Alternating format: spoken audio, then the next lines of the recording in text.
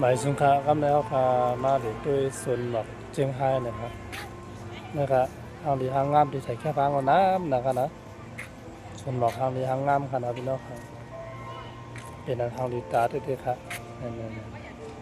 ที่ใส่แค่พังได้น้ำนะครับเต็มพงไว้น้ำไว้ขนาดนั้นเพราะว่ามาพาไทยๆนั่นคำว่าเด็กคำเมื่อตั้งน้อยบุญครับ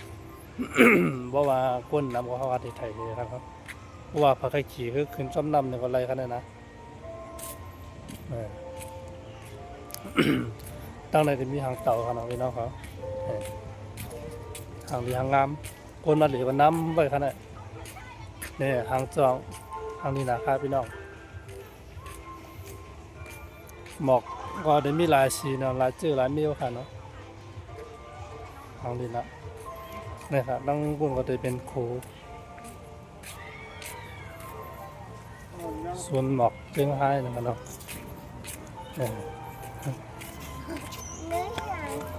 ขนาดทางเต่า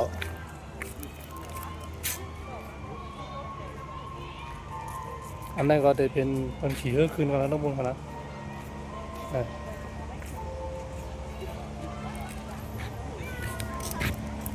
เพราะว่าขี่เฮือกเนี่ยคือจะขึ้นจอมนำเนี่ยกันนะจะขึ้นมือจอมนำพวกขี่เฮือก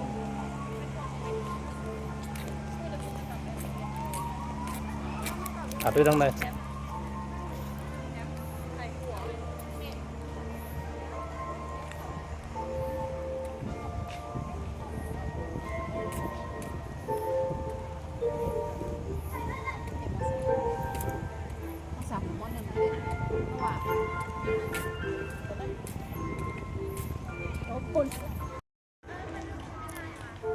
ทำแนวขามัดต่อกันแทงกันนะ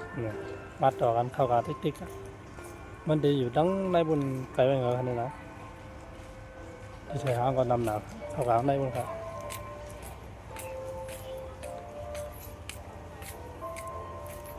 ทางมีทางงาม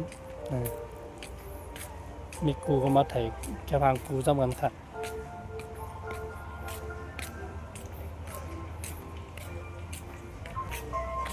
มายาวไหนเนอะทางดีจ้าขนาดดูเป็นห้องตัวสั่งได้ก็ได้ห้องตัวสั่งพวกไหนเขาทำหมอห้องเขามาตรงไหนก็หันในทางดีๆคือที่ทางได้เป็นน้ำแข็งในทางร้อยน้ำแข็งอะไรนั่นนะอันนี้เพราะว่าหูจักกัดตุ้นได้มันก็ได้หูจักกันนะหูจักกันนะ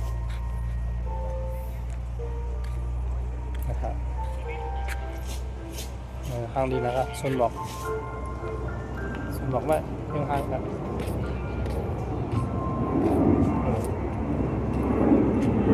พี่น้องเขาก็ได้มาดีนะมันนะครับมาแทนเชื่อพี่น้อง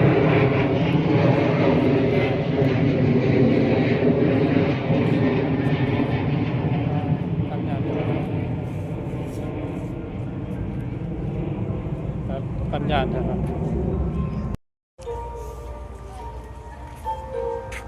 นี่ค่ะที่ใส่แค่หางลี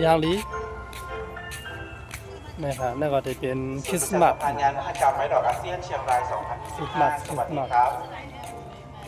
ขณะนี้ทางเจ้าหน้าที่จะขออนุญาตปรับปรุงกระแสไฟซึ่งอาจทำให้เกิดเหตุขัดข้องในบางจุดนะครับจึงขออภัยในความไม่สะดวกมาณที่นี้ด้วยนะครับอีกสักครู่นะครับทางเจ้าหน้าที่จะทำการปรับปรุงกระแสไฟนะครับจึงขออภัยในความไม่สะดวกมาณที่นี้ด้วยครับขอบคุณครับ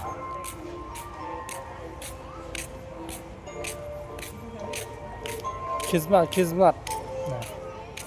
หางลีนะครับรู้สวนหมอกก็หางลีตั้งในก็หางลีมาได้จังหวัดข้างในมีหมอกโมยได้นำหนอง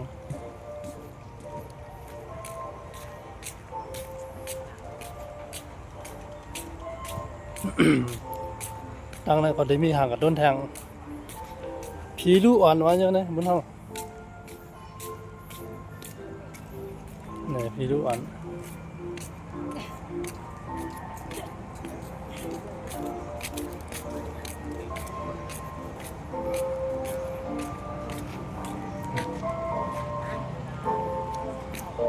นอนผีรู้อันนี้แหละการ์ตูน